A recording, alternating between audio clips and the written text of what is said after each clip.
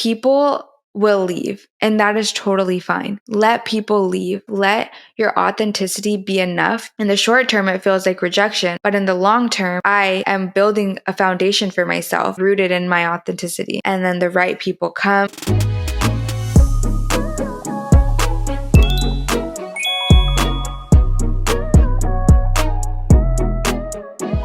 Hi, loves. Welcome back to another episode of Not Overthinking It podcast. I'm Elisabeth, your host, and today we are doing an inauthenticity detox. But first, a little story time. So as you know, I am a group fitness coach at the Glute Lab. And prior to becoming a coach there, I was working in medicine at my medical assisting job, and I started going to the classes myself just as a student.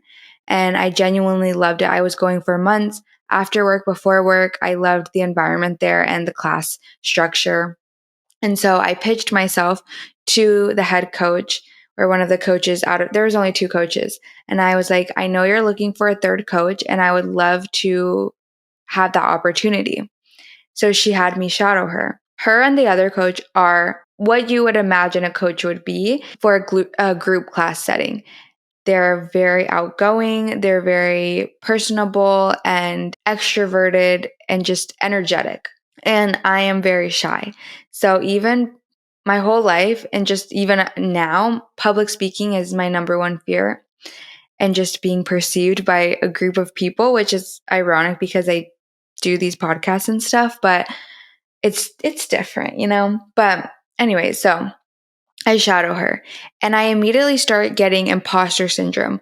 Oh, I don't know if I have the personality for this. I keep it to myself though, and I'm just observing, I'm learning the structure of the class. Then she ends up leaving and I take over her classes. And she had been there for a year or so. So she had built a very hardcore cult following.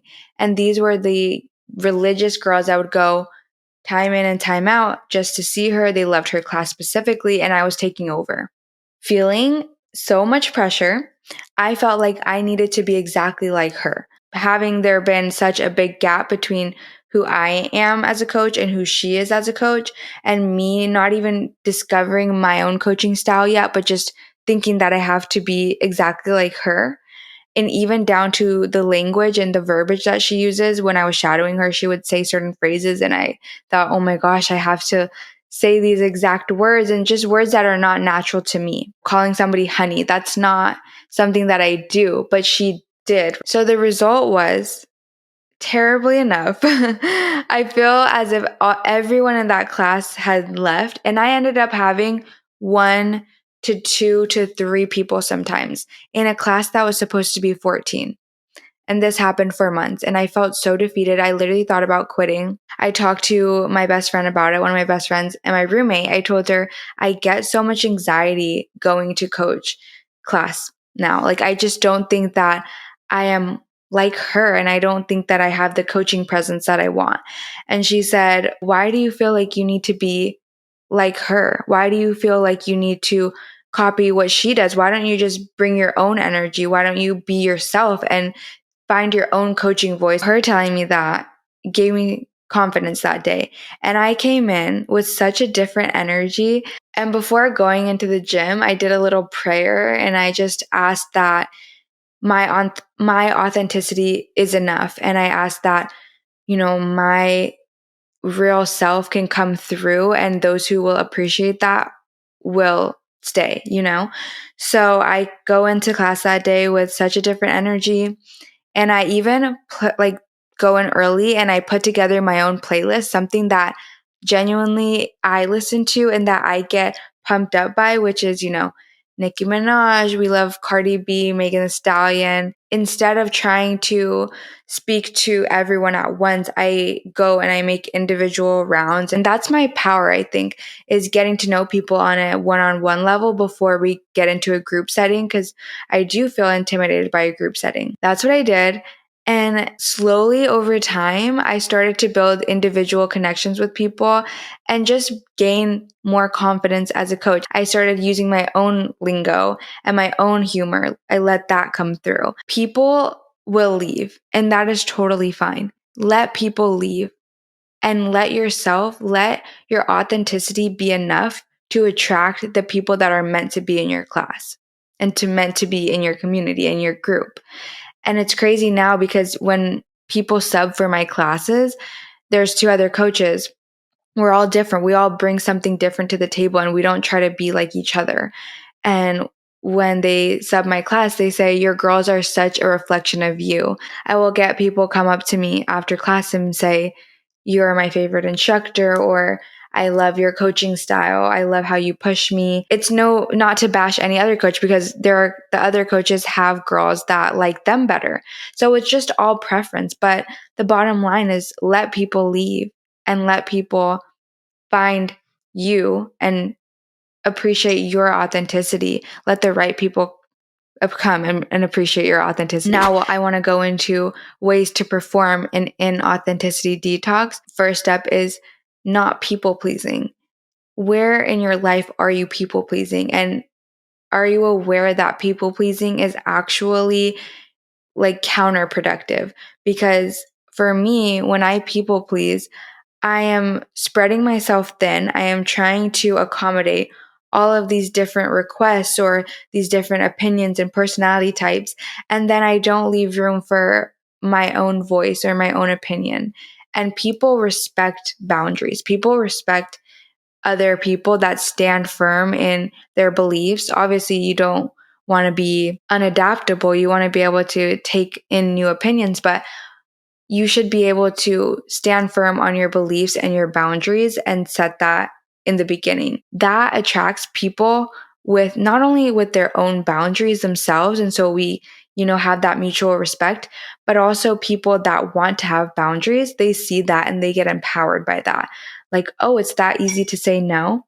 And one of my favorite quotes is, no is a complete sentence. You don't need to explain further all the time about why your decision is a no. You're not going to be able to please everyone. That is literally impossible. You could grow the most perfect, ripe green avocado, right? And hand it to your friend. What if she says, oh no, I don't like avocados, but I like apples? You're not going to be like, oh, let me try to make this an apple for you. No, you give it to someone who's going to appreciate the avocado. And that's the same for yourself.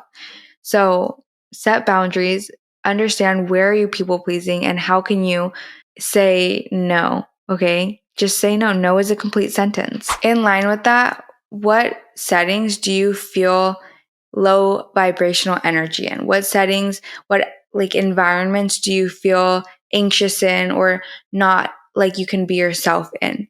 And how can you remove yourself from those situations?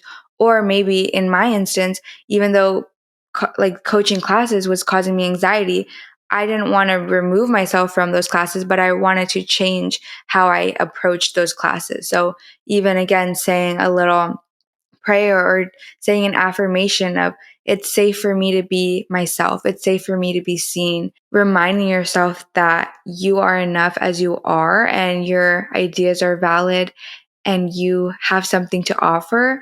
You don't have to be like a mold. It's crazy because I feel like we see movies such as the movie Soul. It is clear as a viewer that going with society is not always the right decision. And we can see it from like an outward view. But then when you're in it, you feel so stuck in it and you feel like you have to go with what everyone else is doing, go with the crowd. But where can you follow your own calling? Where can you make your own decisions about something, even something small? Like I've been practicing my decision making by whenever I have a free day, I say, okay, this day I am going to make decisions for me and not worry about anything else, anyone else's opinion. This is why solo dates are super important because you get to just purely make decisions for yourself.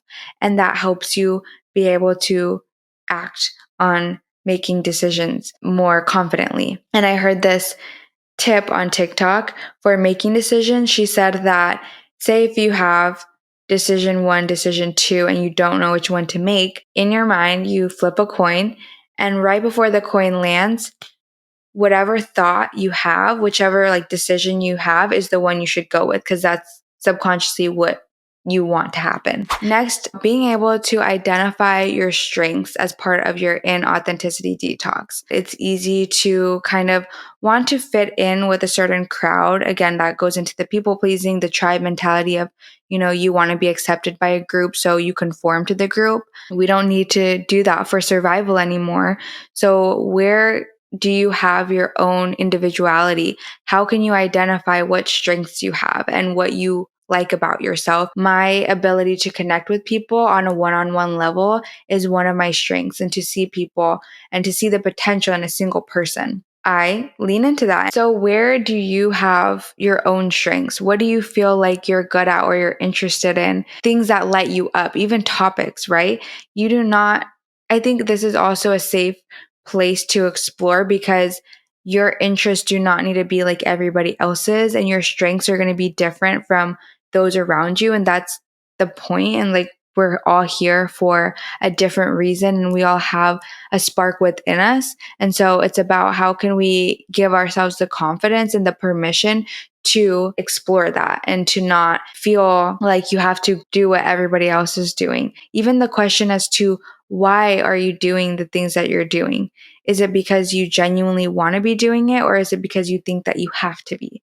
And that was one of the questions that my dad asked me when I said I wanted to go to medical school. He would just keep asking me why. And I was getting so offended by it. But I think he saw something that I didn't, which was me just going to medical school for me was thinking that I had to for society reasons and wanting that external validation. So understanding that that is acting from a place of inauthenticity when you're trying to do things just for the external praise, or you're trying to do things because society tells you to do it, but that's not actually what you want to do. That is all inauthentic. And living an inauthentic life is just going to continue to create resistance. And I think a great measurement of acting authentically, or a great assessment of whether or not you are, is understanding how you're feeling inside. When I'm authentic, life moves so much easier. Things happen easier. I feel less resistance.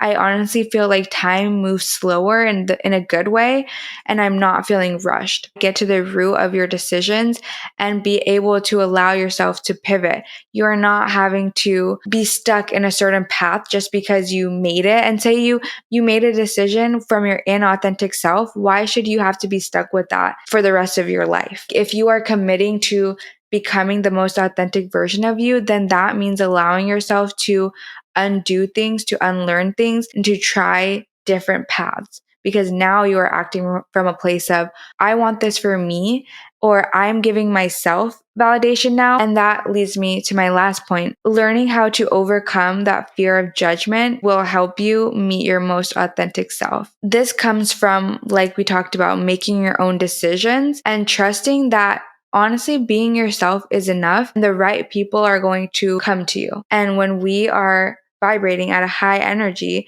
obviously the low energy people are not going to like that. And so they're going to move away from you. And it's going to feel isolating in that time, like how it felt very isolating having people leave my class. But I was bringing a different energy, a different frequency. So I needed to just trust that. In the short term, it feels like rejection, but in the long term, I am building a foundation for myself. Like I am rooted in my authenticity, and then the right people come, and I feel happy with who is attracted to me. I feel like this is my community. But if I was to go back to the energy that was not me, and I was trying to be this, and even if those people ended up staying because on the surface it looks like that's me, and that wouldn't feel good to me. And I would just feel like I am not living life to the fullest. I am not living life authentically, and I'm having to hide who I am. I let those people go. And again, it feels isolating. You feel like you're alone for a minute, and maybe a long minute. But then slowly people start to come and you form those connections.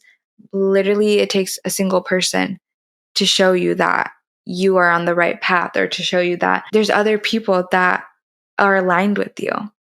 And I think in the meantime, that's where it's important to give yourself that your own validation and say, no, I am doing an inauthenticity detox. So I know what comes with that. I know that that means maybe losing friendships, maybe doors closing that I once was so excited about, but now I know that I'm not aligned with that. Trust yourself. Trust that you have everything within you. You have all the tools. You don't need to ask anyone else's opinion to start. Just look within, take that time for yourself.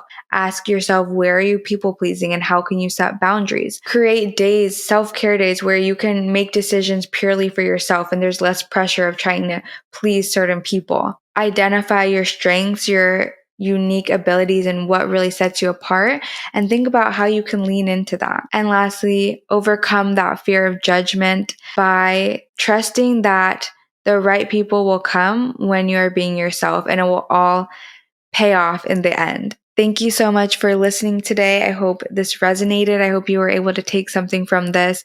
If you enjoyed this video and this episode, you'll definitely enjoy this one. Be sure to subscribe to my channel. Also follow my Instagram, Not Overthinking It podcast. And I'm also on Spotify if you like to listen in the car. Until next week, see you.